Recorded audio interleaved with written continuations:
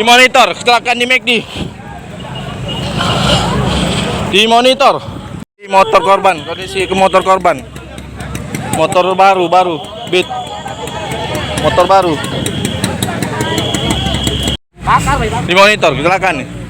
Ini yang nomornya nih. Ini korban, yang nomornya nih. Jangan lari, jangan.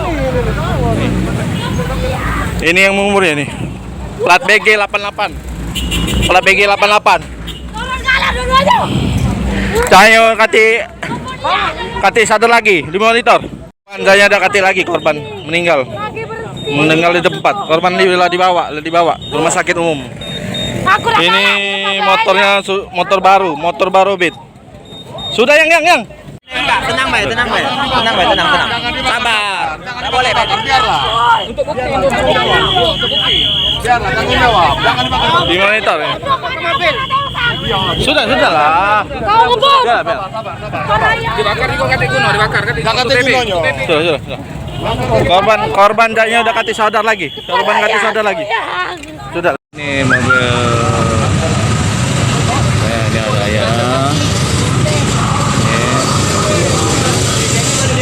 Ini mobil yang nomor korban ojol. Oke, di monitor. Oh, motornya.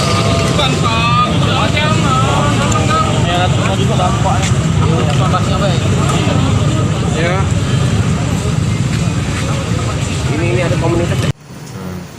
Jadi kejadian yang terjadi semalam, tepatnya pada tanggal 12 jam sekitar pukul setengah 11 malam, terjadi kecelakaan di depan rumah Pangdam, tepatnya di Jalan Sudirman.